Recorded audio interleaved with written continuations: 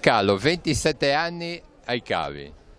27 anni sono duri, li dimostriamo tutti, però siamo riusciti anche questa sera a riempire questo borgo, questa strada, e come sempre ringraziamo prima di tutto chi ci ha ospitato, perché ci danno questa cena gratuita, per quest'anno siamo 280 persone, e poi ringraziamo tutti quelli che sono arrivati, sono venuti, e poi ringraziamo i nostri ospiti, e io un ringraziamento particolare a Don Mario, perché è stata un po' una scoperta, è un sacerdote con una marcia in più, ce ne sono anche altri, intendiamoci, e ci siamo capiti subito.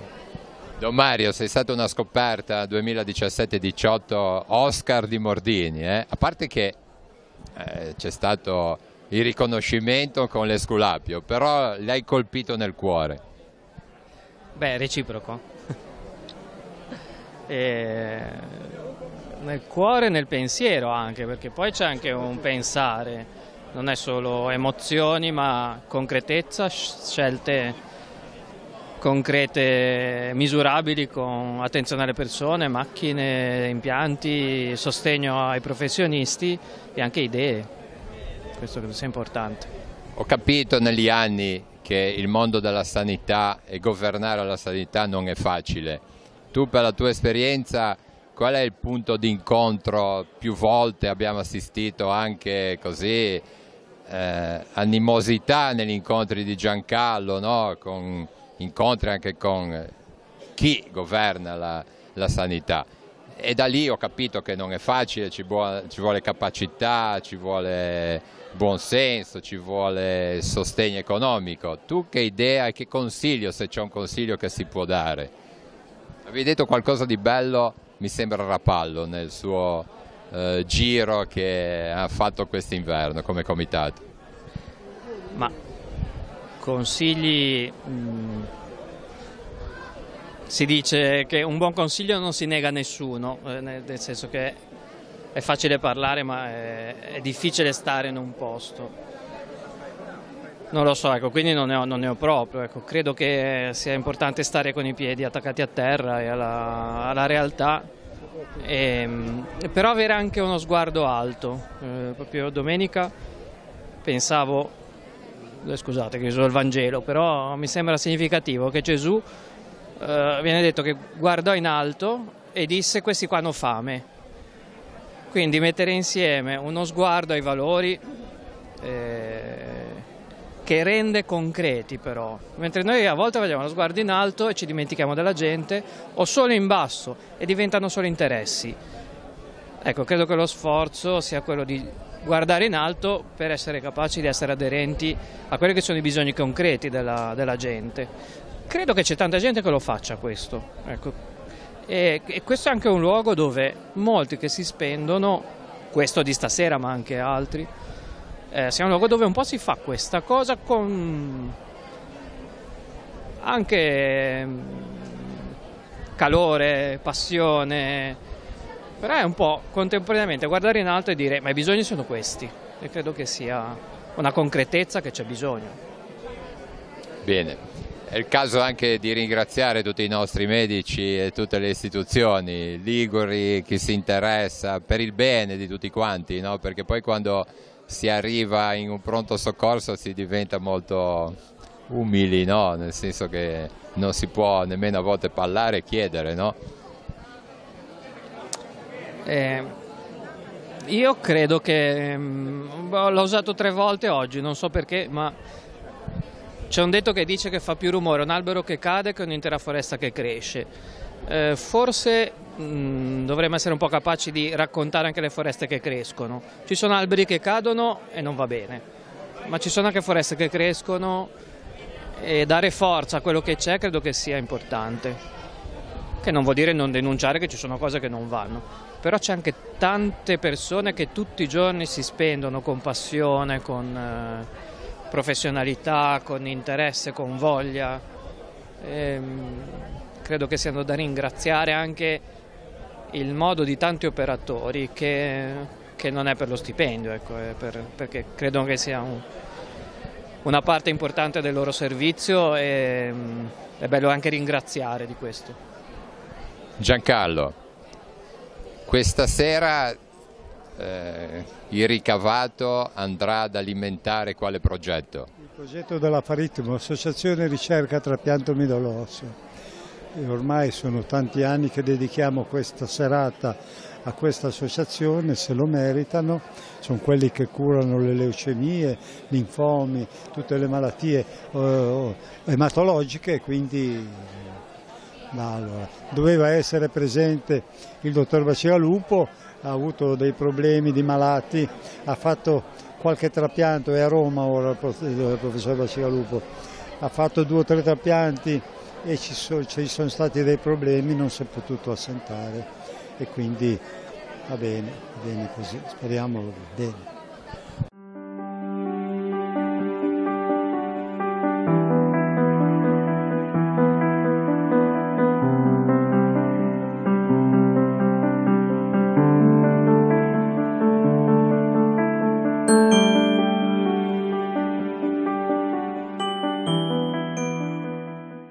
Mauro, ancora un impegno, ancora una bella serata. Guarda, ormai è la 27ª volta, per noi è sempre un piacere e poi vediamo che le ragazze sono sempre più giovani, che ci danno una mano, noi siamo anche contenti per quello, però lo scopo è sempre quello di dare una mano e servire nel migliore dei modi, anche se di camerieri qui non c'è nessuno, però ci siamo mascherati da cameriere, ci siamo immedesimati e stiamo andando alla grande. No, sono bravissime, poi ormai sono tutti volti conosciuti, perciò ci danno serenità anche nel portare i piatti. Ah sì, a volte anche se le portiamo noi e poi passa la ragazza dopo a togliere il piatto sono più contenti, però facciamo quello che possiamo, cerchiamo sempre di dare una mano. Ecco. Il menù tu lo sai oppure no? Io il menù lo so. Allora, velocemente. Allora, adesso stiamo servendo un tortino di funghi del melograno con una fonduta sopra di formaggio. Poi avremo i railleux dell'Accademia della Ciapa che sono eccezionali. Poi abbiamo i totani di railleux con i cannellini. Poi terminiamo come sempre con i dolci di Barbieri e pensiamo di aver fatto il massimo per tutti. Poi bisogna anche vedere, ognuno ha i suoi gusti, c'è chi non mangia il formaggio, c'è chi non mangia i cannellini, però il menù è quello, noi non possiamo variarlo. Bene, bene, complimenti e complimenti a tutto il gruppo. Grazie. Gigi, qua come mi sembra che vada tutto bene? Al momento abbiamo cominciato bene, poi bisogna che abbiano anche un po' di pazienza ad aspettare perché l'ambiente è ristretto, molto ristretto, è veramente difficile muoversi così. Però speriamo che faccia come gli anni scorsi. No, ma la gente aspetta volentieri perché sa che i ravioli di Cogorno sono buoni. Sono buoni, devo dire la verità che gli assaggi fatti in giro così depongono a favore di Cogorno. E non è campanilismo, è realtà. Ma quanto ne avete preparato? Onestamente non me lo ricordo, ma un paio di quintali almeno, se non di più. Sì, perché circa 300-280 persone. Allora facciamo il conto, 2 etti a testa per 300 sono 600, siamo tanti, Ce ne abbiamo sempre però, ne arrivano in continuazione. Non rimanete in riserva? No, ormai abbiamo una certa esperienza perché poi facciamo la sagra anche lassù e quindi insomma pensiamo di poterci difendere. Allora un saluto a tutti voi. Grazie. Piero, sostieni da sempre questa serata? Sì, sono 25 anni che aiutiamo Giancarlo a organizzare questa serata, ci curiamo della preparazione dei dolci e siamo veramente felici di essere vicini al Comitato Ammalati del Tigullio e speriamo che ci siano ancora tante occasioni. Come avete conosciuto voi il comitato? Noi abbiamo conosciuto Giancarlo, il comitato, purtroppo per la malattia di mio papà, e avevamo chiesto consiglio su dove recarci per avere delle cure più appropriate e da allora è nata questa amicizia che ancora ci lega in questo momento. Ecco, possiamo far conoscere ai telespettatori che tuo papà Barbieri è stato presidente della Virtus Entella oggi negli anni? È stato presidente dal 83 fino al 90, è stato presidente dell'Entella e ancora adesso si ricordano quel periodo magico che aveva portato l'Entella in Serie C. Ogni tanto viene qualcuno nel negozio e ci dice l'Entella di Sergio, così, è stata una parentesi felice veramente. Cosa dice di questa Entella? Ma speriamo che, ora non so bene le ultime vicissitudini, se ci sarà ripescaggio o meno. Se ci sarà ripescaggio meglio, se non ci sarà ripescaggio sicuramente il Presidente saprà allestire una squadra adeguata per ritornare di nuovo nei palcoscenico della Serie B. Assolutamente, è stato un incidente di percorso, dai. Ma è un incidente di percorso, speriamo davvero che il Presidente e i suoi collaboratori riescano a allestire una squadra che dia di nuovo lustro a Chiavari.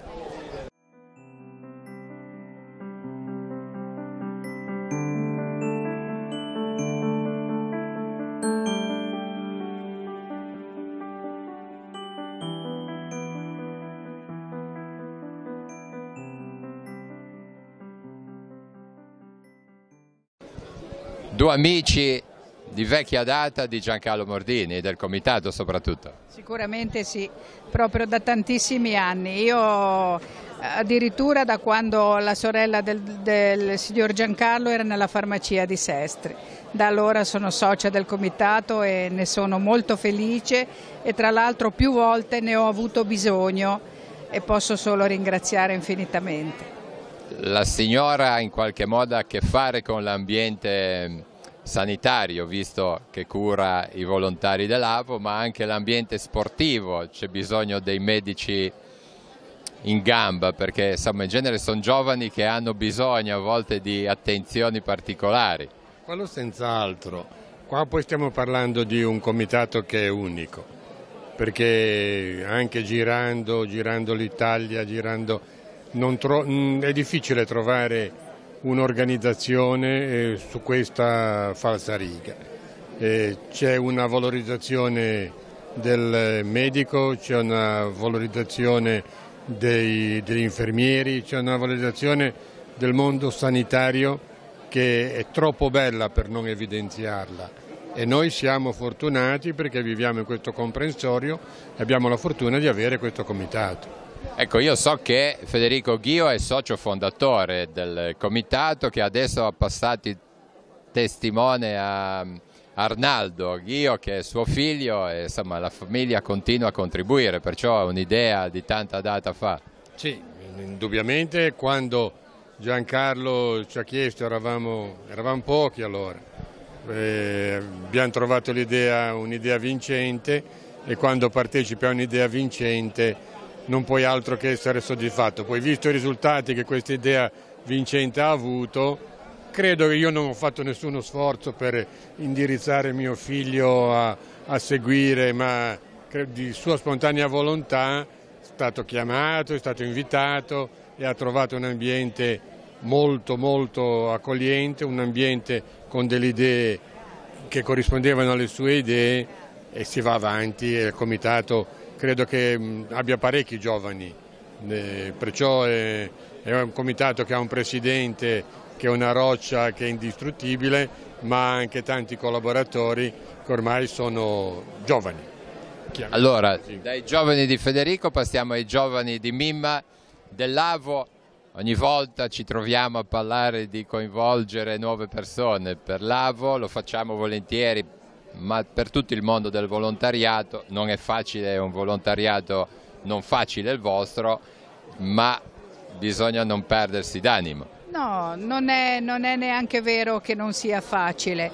Diciamo che facciamo fatica a far arrivare questo messaggio. Però quando le persone riescono a sentirsi coinvolte o magari arriva il momento in cui veramente sentono che devono dare qualcosa per gli altri, poi sono felici di questo. Soprattutto adesso che da un po' di tempo, già da diversi anni, siamo entrati nelle case di riposo e lì veramente siamo cercati, accettati, voluti. Ci si sente anche ben voluti perché gli ospiti non vedono l'ora di vedere il volontario, diventa un rapporto proprio di amicizia, è una cosa veramente bellissima. Ecco, spieghiamo un pochino per chi ci ascolta magari per la prima volta. L'associazione AVO accompagna i malati negli ospedali e nelle case di riposo, come stavo dicendo adesso, nell'ora di pranzo, aiutate a pranzare e a cenare. E chi ci passa credo che può testimoniare che sembra una banalità ma è molto importante. Chi non può andare è un familiare, anche come impegni di lavori eccetera, credo che sia un supporto molto bello e utile soprattutto. Attualmente negli ospedali continuiamo a dar da mangiare, ma lo facciamo in modo diverso, nel senso che quando ci troviamo con pazienti in difficoltà cerchiamo l'aiuto degli infermieri. Abbiamo timore di fare degli errori perché indubbiamente non abbiamo la professionalità, su questo non ci piove, abbiamo tanto desiderio di aiutare, ma creda, si può tranquillamente fare un ottimo servizio AVO anche non concentrandoci solo sul pasto. Io sono volontaria da 32 anni, quindi da quando veramente non vedevamo l'ora di aiutare, più se ne aiutava e più quasi ci sentivamo bravi. E invece no, c'è modo di stare vicino all'ammalato, di condividere il suo problema e di fargli sentire che non è solo, è una funzione importantissima. Infatti nelle case di riposo ultimamente abbiamo scelto degli orari pomeridiani per dedicare proprio la nostra attenzione e la nostra vicinanza all'ammalato e non basarci solo sull'aiuto materiale.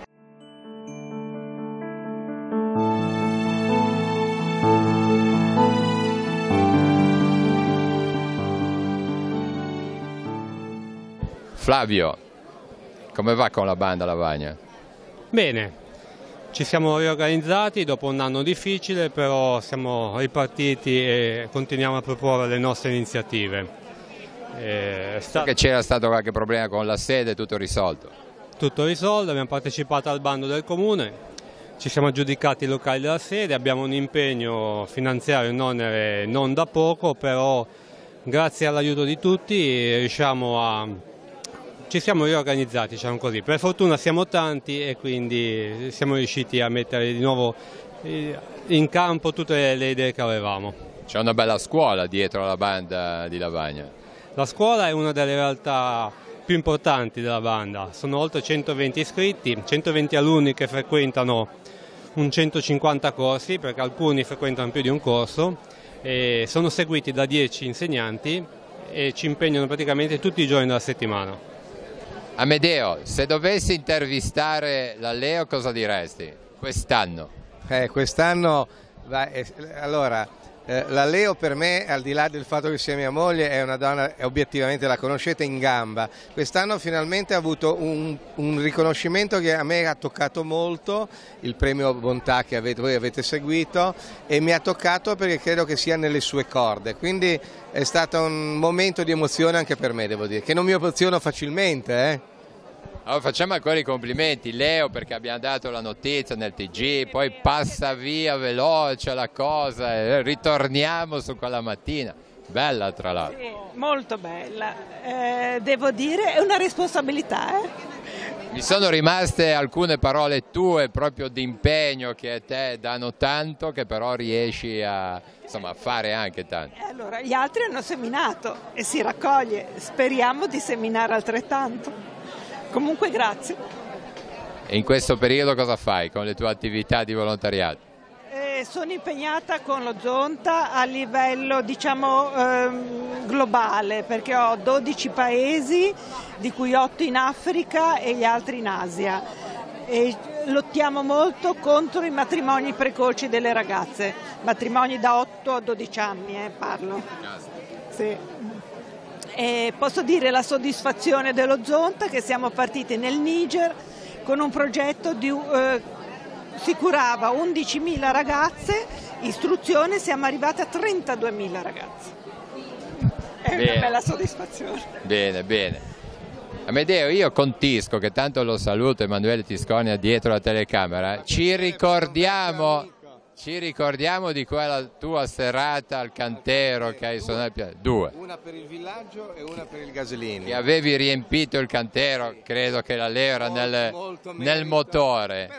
La prossima? La prossima, in effetti, guarda, io ho suonato in Francia, perché tu sai che adesso vivo più in Francia per lavoro, però ho un'idea che riguarda il Rotary. Verso novembre-dicembre faremo un'iniziativa musicale, perché poi presenterò il mio nuovo CD, ma ovviamente sempre legata a qualcosa di buono, e penso che quel qualcosa di buono sia un qualcosa di buono molto grande, come i suoi impegni nello Zonta. Come Rotary noi lavoriamo per la End Polio Now, e la faremo penso a Rapallo, perché non abbiamo più spazi sufficienti, quindi le Clarisse, voi la conoscete, tu la conosci, quindi penso novembre e dicembre, ve lo dirò per tempo, perché sarà fondamentale la presenza di Telepace. Lo stimoli con le grandi cose. Certo, si continua. Voglio riposare io ormai. Grazie. Buona serata. Ciao, grazie. Sosteniamo il comitato. Sosteniamo sempre il comitato, oramai diciamo siamo quasi abbonati alle manifestazioni del comitato, già ci eravamo visti recentemente a Santa Margherita in una bella serata, e questa è altrettanto bella, numerosa, e quindi l'importante è concretizzare alla fin fine i risultati che vuole e deve raggiungere il comitato. Virgola, Mordini in particolare. Cosa dice del ruolo del comitato nel nostro comprensorio? È un ruolo decisamente attivo, anzi oltretutto direi che è il punto di riferimento oggi a livello della sanità, perché tralasciando l'aspetto politico è molto più importante un comitato che cura direttamente l'interesse dei cittadini che non diversamente le varie aree politiche che magari possono tirare verso direzioni diverse, e poi si vedono i risultati. Oltretutto anche vorrei aggiungere l'acquisto di tanti apparecchiature che annualmente vengono fornite ai vari ospedali, quelli sono risultati concreti, e è sempre un piacere avere la positività. Che arrivano soprattutto da queste cene. Arrivano da cene, arrivano anche dalle varie associazioni, non ultimo anche nel suo piccolo il Lions Club San Michele di Pagana tutti gli anni cerca di contribuire con qualche cosa, proprio perché l'unione fa la forza, vale sempre, ok? Ciao!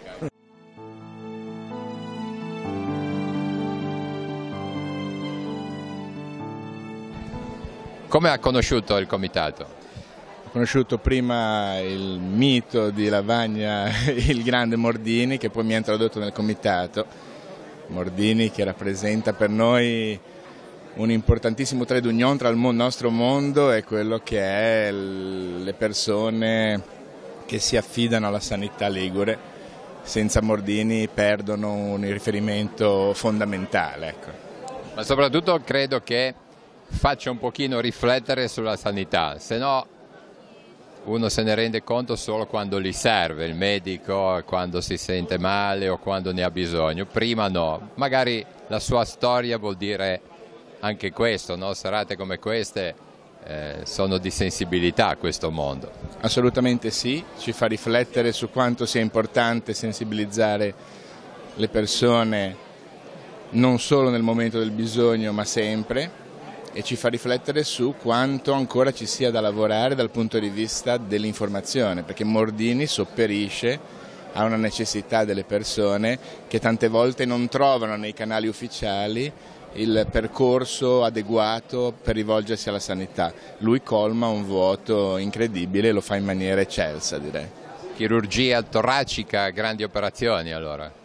San Martino. Grandi operazioni È meglio non venire da lei. Meglio non venire, meglio incontrarsi in serate come queste, ecco. Direi di sì. Noi facciamo tanta chirurgia oncologica e anche un pochino di chirurgia d'urgenza per sopperire alle necessità dopo incidenti stradali, dopo situazioni di emergenza. Dreniamo tanto anche dal Tigullio fino a Spezia e cerchiamo di lavorare il meno possibile da questo punto di vista. Assolutamente, anche per noi. Insomma, è classico che l'elicottero dei Vigili del Fuoco purtroppo quando si vede arriva da voi, anche dalle nostre parti. Assolutamente sì, speriamo che ce ne sia sempre meno bisogno e che il lavoro di Mordini diminuisca anche un pochino. Ecco, questo diciamo così, è l'augurio della serata, dal punto di vista lo ringraziamo sempre, ma se servisse un po' di meno vorrebbe dire che le persone ne avrebbero un po' meno bisogno. Entriamo in cardiologia stasera. Bene, bene.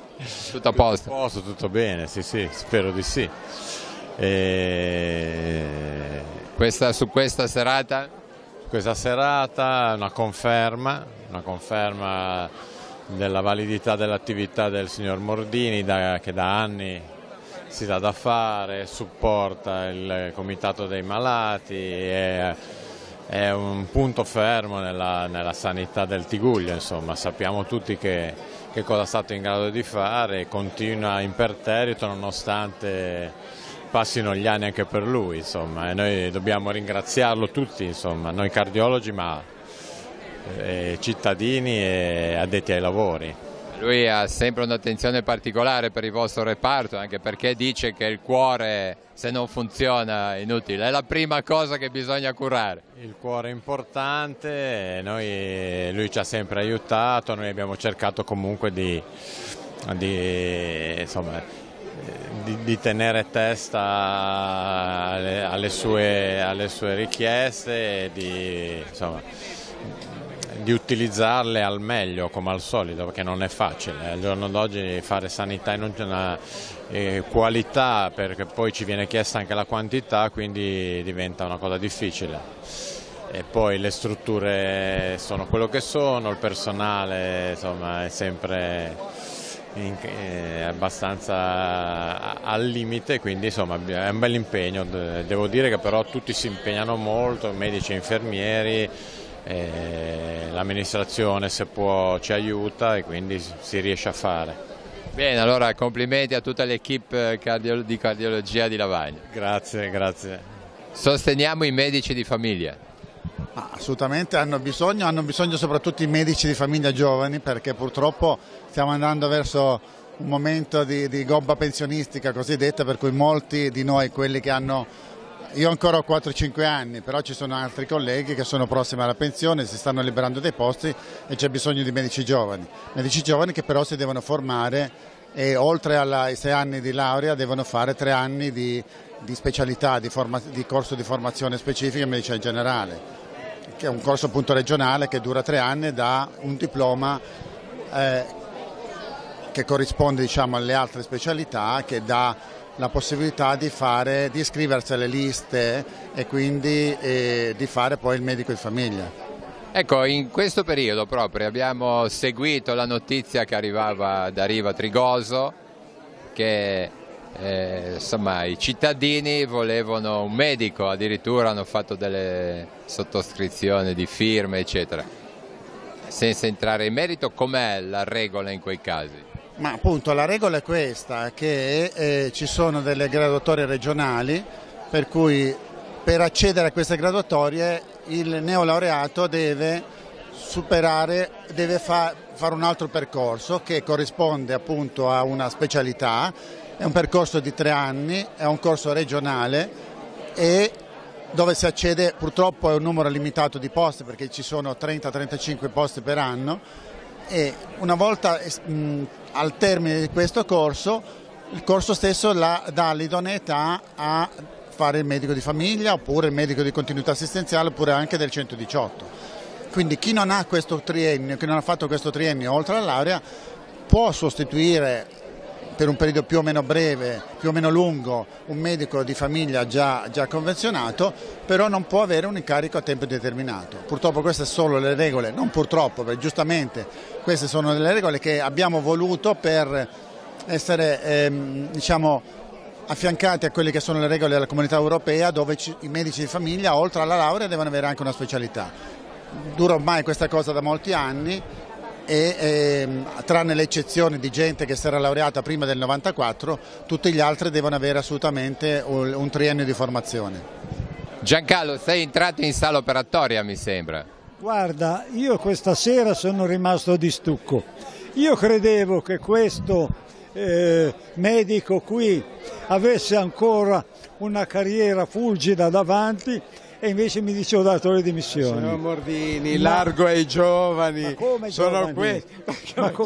Ma come giovani? Giovani? Ma guardi che giovani finora non ne vediamo. Guardi, io qui di giovani vedo il signor Mordini e Francesco Razzetta.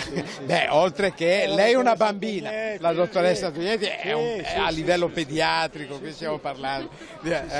Allora la presenti tu, la dottoressa? Sì, la dottoressa Tognetti è la primaria di fisioterapia, è una fisiatra, pare che funzioni. Io me l'auguro che... Siamo ancora sotto. Guardi, questo vuol dire apparentemente un 6 meno, ma detto da Mordini è già un 8,5. Sì, infatti, siamo ancora sotto esame perché non abbiamo ancora raggiunto i 12 mesi, quindi aspettiamo. Ma allora, come va questa prima attività? Benissimo, un'ASL meravigliosa. Sì. Spieghiamo dov'è, cosa fa? Abbiamo due reparti, uno a Sestri Levante e uno a Rapallo. A Rapallo c'è la riabilitazione ortopedica, a Sestri Levante la riabilitazione neurologica, dove appunto hanno contribuito tantissimo il comitato dei pazienti, perché abbiamo tanti robot, tanta apparecchiatura che ci aiuta, ecco, a lavorare molto molto bene. Poi anche gli operatori sono bravissimi, insomma io mi trovo molto bene. E dei nostri chirurghi che idea sei fatta? È il nostro chirurgo preferito. Chirurgo preferito? Sì, però insomma dipende in che senso, ecco. Forse solo perché è simpatico, ecco. È simpatico e bravo. Cosa diciamo di questa serata? Dai, parliamo un po' del comitato, di questa macchina che non si ferma mai. Beh sì, anche grazie all'inesauribile energia del nostro amico Giancarlo, ecco, insomma. Beh, sono sempre occasioni importanti, anche perché è anche da questi eventi che arrivano tutte le risorse che il comitato investe per migliorare in modo significativo quelle che sono le nostre possibilità operative nei nostri presidi ospedalieri, ecco. È un po' a tutti i livelli, ecco, e di questo come medici non si può che essere grati, perché i mezzi tecnici attualmente sono sicuramente una componente importante delle nostre possibilità concrete, ecco. Ma è vera la notizia di stasera che ha chiesto di andare in pensione? Io mi ricordo quando timidamente 15 anni fa mi presentai dal signor Mordini per chiedergli la possibilità di poter iniziare un percorso chirurgico a Lavagna, che per allora era innovativo, cioè la chirurgia laparoscopica, già si faceva in altri centri in Europa, ma forse anche 20 anni, sì, una ventina di anni fa. E il signor Mordini, devo dire che credette in questo allora giovane, diciamo mezzo giovane medico, che si era presentato a noi con delle grandi speranze, un grande entusiasmo. E da allora mi ricordo che iniziò questo sodalizio di collaborazione chirurgica che ci ha portato a fare di Lavagna e comunque della ASL 4 un'eccellenza anche in chirurgia laparoscopica, cosa che adesso continuerà il dottor Razzetta con una chirurgia ancora più avanzata e chissà cosa dovremo vedere ancora nel futuro. Guarda, io ricordo benissimo, aveva chiesto l'acquisto di uno strumento laparoscopico, era qualche centinaia, qualche 50-60 mila 60.000 euro. 60. E io ricordo che un giorno mi invitò a vedere lo strumento. Tu hai presente quei bambini che hanno il trenino fasciato pezzo per pezzo e che se lo coccolano con gli occhi con tanto amore? Ecco, il dottor Vita era in adorazione di questa macchina, la carezzava, le levava la polvere e dico, è in buone mani sicuro, questa macchina farà strada perché è in buone mani. Ecco, visto che siamo quasi in un salotto anche simpatico e anche con notizie, prendiamo spunto di salutarci e di finire qua la serata per i telespettatori, Giancarlo. Perciò fai tu la sintesi se sei rimasto contento, se mi sembra che insomma stia andando tutto bene. Ma guarda, la sintesi si può fare. Di che cosa la sintesi? Di questa serata ottima, le persone sono state meravigliose, hanno dato il loro obolo e anche salato, quindi siamo contentissimi. Noi però tutto questo lo facciamo per che cosa? Questa serata è destinata alla ricerca per il trapianto di midollo osseo, però come tutti sanno noi diamo una mano alla nostra ASL, ai nostri ospedali, e noi vorremmo che questi ospedali progredissero sempre di più. Ci pare che non si faccia abbastanza, si dovrebbe fare di più, sia parlando di uomini sia parlando di mezzi. Bisogna assumere, bisogna portare delle persone buone, bisogna nominare dei primari con i baffi e portare avanti questa nostra ASL. Il nostro parere è che non si faccia abbastanza. Bene, però come diciamo noi, dopo quasi 1080 puntate di Si può dare di più, abbiamo capito in questi 25 anni che si può fare sempre di più, perciò ti permettiamo di dare anche questo input al mondo sanitario. Grazie, salutiamo i chirurghi, non solo Vita e Razzetta, perché all'ASL 4 ci sono ben altri chirurghi anche.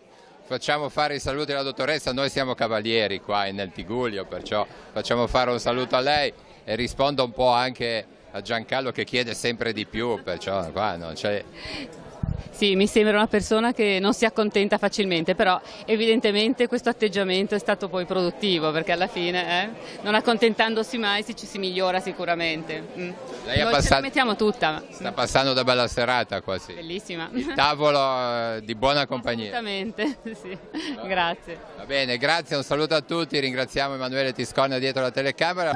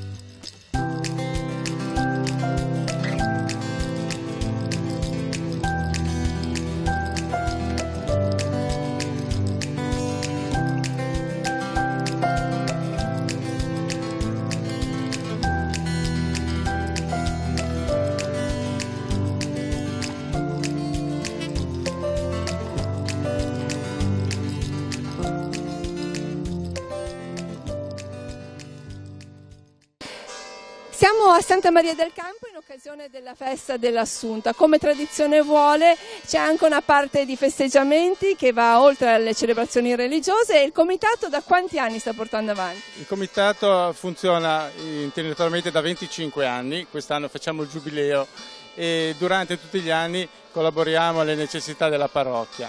In passato abbiamo collaborato facendo il sagrato, rinnovando l'organo, il restauro della statua dell'Assunta e altre opere funzionali per la parrocchia, diciamo. Quest'anno, in occasione del progetto che c'era stato per la funzione di un campetto, il ricavato di tutta l'amministrazione del Stato verrà devoluto per la costruzione di questo campetto a 5, per un'area praticamente sociale per i nostri ragazzi che hanno questa possibilità di svagarsi in un'area a loro riservata. Era proprio nelle adiacenze della zona dove vengono allestiti gli stand? Sì, praticamente è adiacente alla zona delle feste e quindi viene fatto questo parco giochi e il campetto per i ragazzi. Come è stato studiato questo progetto? Allora, il progetto nasce sostanzialmente in due zone distinte, una dedicata al gioco e una dedicata invece alla parte sportiva. Quindi abbiamo nella parte alta la zona sportiva con un campo regolamentare a 5, al di sotto troviamo gli spogliatoi, mentre nella parte bassa si sviluppa una zona che sarà realizzata in collaborazione con il comune, dedicata ai giochi che sono suddivisi per età, quindi i bambini più piccoli, i bambini più grandi e la zona altalene. Tutta la parte bassa sarà anche accessibile per i disabili e avrà accesso, diciamo, dalla zona antistante alla chiesa, quindi il piazzale Antonio Cane e poi la via Santa Maria. Per dare un'idea, diciamo, l'area dove adesso c'è la balera, l'area dove si balla, sarà quella del campo? In parte sì, diciamo in parte sarà, e in realtà il campo si sviluppa anche in una zona un po' più grande, essendo regolamentare a 5, quindi ha un'estensione un pochino più grande, comunque di massima sì. E nella parte adiacente invece l'area giochi? Esattamente, la parte più bassa che poi è quella diciamo in adiacenza alla strada e alla scalinata della chiesa. Il tutto rimarrà a gestione parrocchiale? Esatto, rimarrà a gestione parrocchiale e a servizio della comunità che diciamo da anni sentiva la necessità di questo spazio di sfogo per i ragazzi, per i più piccoli, per i più grandi, ma comunque un punto di incontro per tutta la comunità. Ecco, voi con questa festa contribuite alla realizzazione di questo campo, però insomma il progetto è già avanti. Sì, il progetto è già in fase avanzata, è stato approvato dalla sovrintendenza in comune e quindi potrebbe essere esecutivo pronto per partire, ecco, diciamo adesso. Quali saranno più o meno i tempi? Abbiamo tutte le autorizzazioni, diciamo i tempi sono dettati più che altro dalle possibilità economiche della parrocchia, diciamo così. Però insomma l'idea di partire entro l'anno? Sì, senz'altro. Sono allo studio tante iniziative che quindi collaboreremo e c'è anche un codice IVAN per chi vuole collaborare, come dice giustamente il cartello, per costruire insieme questo campetto. Il ricavo di questa festa è un primo passo per il futuro di quest'opera. Dicevamo all'inizio che voi siete un gruppo che siete insieme da 25 anni, è anche una bella soddisfazione che da attività di volontariato nascano delle realizzazioni così importanti. A parte il fatto che andiamo avanti da 25 anni, anche tanti giovani che ci stanno seguendo, che assisteranno noi col tempo, e quindi è una realtà che cresce e si sviluppa e quindi avrà un seguito per altre opere che verranno in futuro, sempre per la parrocchia. La festa dell'Assunta a Santa Maria del Campo è un'occasione di incontro, come in altre parrocchie, però qua c'è una grande realtà di volontariato che collabora con la parrocchia. Sì, questa è una bellissima comunità di gente attaccata alla chiesa, alla parrocchia, che fa un bel cammino di fede. E io sono molto grato di queste persone perché sono aperte, disponibili e vedo che al centro c'è proprio un cammino di fede che desiderano compiere. Partecipano alle funzioni, alle celebrazioni e poi certamente anche questa grande opera di volontariato di uomini, di donne adulte che seguono i ragazzi, i bambini, li introducono piano piano in questo bellissimo cammino. E quindi è una festa dove coinvolge una cinquantina di ragazzi e anche tantissimi adulti, quindi è qualcosa proprio di grande che è un po' il punto di arrivo dell'anno comunitario, un punto di partenza. È un po' una sintesi che qui facciamo anche del cammino di fede, perché penso che la festa patronale sia realmente un po' una palestra per noi, no? Dove mettiamo un po' veramente in gioco quello che abbiamo permesso al Signore di compiere dentro il nostro cuore e quindi come ci comportiamo tra di noi, come ci guardiamo, come ci aiutiamo. E questo per me è la cosa più bella che anche come prete vedo in questa comunità. Quindi sono grato perché sono persone poi che si danno veramente da fare. Avete visto in questi anni, dopo l'incendio della chiesa, quanto hanno lavorato e tutto quello che loro in questi giorni incassano è tutto a disposizione della parrocchia. Quindi sono proprio grato per queste persone. Nella vostra accoglienza quest'anno c'è stata anche la presenza di Don Amir Batti. Come nasce questa amicizia, questo legame? Ma con Don Amir è nato l'anno scorso quasi per caso, perché ho conosciuto un prete di Reggio Emilia, Don Romano, vescovi, e mi ha chiesto se poteva accogliere in estate un seminarista, un diacono. E gli dico, guarda, volentieri. Poi con Don Beppe abbiamo accettato questo invito e di lì è stata l'occasione per conoscerlo. Poi mi ha colpito molto la sua testimonianza di fede, specialmente quando l'anno scorso a Natale ha ricevuto lui e la sua comunità una minaccia, no, dall'ISIS di saltare in aria se avesse celebrato la messa la sera di Natale. E lui per primo, uscito dalla chiesa con i paramenti, ha fatto il giro della piazza per dire che non dobbiamo avere paura. E hanno celebrato la messa, si è riempita la chiesa, si è riempita la piazza, e questo mi ha colpito molto perché lui mi ha detto: se il Signore vuole, la messa sarà celebrata. Se il Signore per me ha un altro disegno, che è quello di saltare in aria, io sono qua. E questo secondo me è proprio un bel esempio di prete e di cristiano. Don Amir, è una testimonianza forte la sua, anche portata in questa comunità diocesana. Sì, è un esempio, no? Direi che essere qua è una testimonianza, poi allo stesso tempo condivido la stessa gioia, no? Con i fratelli che vivono qua. Anche se siamo lontani, però con le preghiere sempre ci teniamo vicini. Qual è la realtà che lei vive quotidianamente? La realtà è un po', è un po' complicato. Ormai ora è situazione sotto controllo, che noi viviamo in una comunità, cioè proprio islamica, no? Musulmana, che a volte sentiamo discriminati, però la bella esperienza che facciamo, anche se qualcuno ci nega, no? Allo stesso tempo che sta credendo nella realtà che noi siamo qualcosa, stiamo seguendo qualcuno.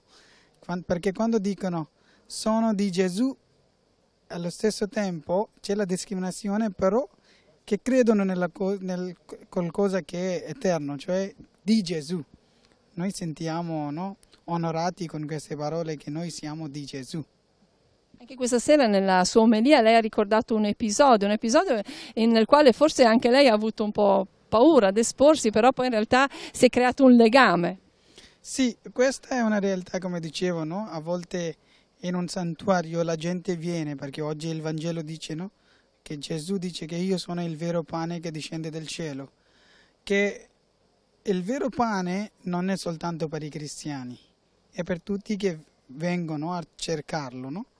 Quindi quella persona musulmana che è venuta, che aveva bisogno di quella pane, aveva la fame, no, della guarigione, che Gesù, che è un pane eterno, che condivide la gioia con noi guarendoci dalle malattie. Quindi quando la sua figlia si è risorta alla vita di nuovo, lui era così contento, no? E questo ci porta a gioia, che stiamo condividendo la parola, essendo un cristiano, un prete, con uno che non ha mai creduto nella realtà di Gesù, però ora lo crede e lo sperimenta nella vita. E lo so che andrà a condividere con i suoi, così anche lui è diventato missionario. Le nostre realtà sono un po' diverse da quelle che lei ci racconta, però insomma il coraggio della testimonianza è diciamo così, un traguardo comune per tutti, anche per chi vive in queste realtà. Oggi siamo a Santa Maria del Campo, però insomma nelle realtà dove non c'è questa situazione. No, dipende dall'ambiente dove viviamo, anche nella cultura. Direi che qua non c'è questa situazione, però la situazione che vivete oggi voi è diversa. Mi sembra, come Papa insiste, no? Noi abbiamo bisogno di rievangelizzare la Chiesa. Mi sembra nell'Europa noi dobbiamo continuare con questa missione di rievangelizzazione. E invece noi stiamo ancora andando avanti con la carigma, no? Pronunciando il Vangelo, però anche il primo annuncio, cioè la vera catechesi della Chiesa. E poi piano piano stiamo sparsi dappertutto nel Pakistan. Adesso se andate in qualsiasi zona troverete almeno 1, 2, 3 famiglie cristiane come lievito nella farina, no? Bene, allora come si è trovato qua a Santa Maria del Campo? Io ringrazio tanto, no, Don Davide, che mi accoglie con le braccia aperte sempre. Quest'anno infatti mi ha invitato: dai, se hai qualche tempo vieni e celebri la messa con noi. Infatti mi sono sentito elevato con le sue parole. Io ho detto sì, perbacco, perché no, mi farà molto piacere venire a celebrare la messa con te. E poi lui ogni tanto lo vedo che è un uomo santo, che mi lascia un buon esempio, no? Che qua quando vengo imparo da lui anche. mattina, la sera, pomeriggio, no? Lui sempre dice le preghiere, no? Se un prete è legato alle preghiere personali vuol dire che ha qualcosa di importante nella vita. Poi vedo che ieri lavorava con i giovani qua, portava anche la spezzatura, altre cose che buttavano la gente per terra, lui lo metteva in un sacco e lo buttava fuori. No, vedi, il prete sta lavorando anche, quindi dà un buon esempio ai parrocchiani. Mi sento molto contento quando vengo qua ci sarò per un paio di giorni con lui e porterò indietro un'esperienza bella, condividerò con la comunità mia. Poi la preghiera unisce, no? In qualche modo anche la preghiera di questa comunità, della comunità diocesana, sostiene anche situazioni di difficoltà come quelle che vive Amir. Sì, con Amir infatti è nata una bella amicizia e un'amicizia che si è allargata alla comunità. Infatti i bambini appena lo vedono gli corrono incontro, se lo ricordano, pregano per lui.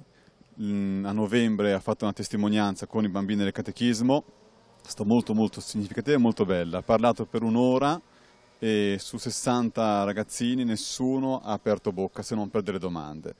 E qui si respira la Chiesa, dove non ci sono confini, dove i chilometri ci sono ma non li sentiamo, perché effettivamente l'amicizia con Gesù ci aiuta a vivere questo rapporto stretto.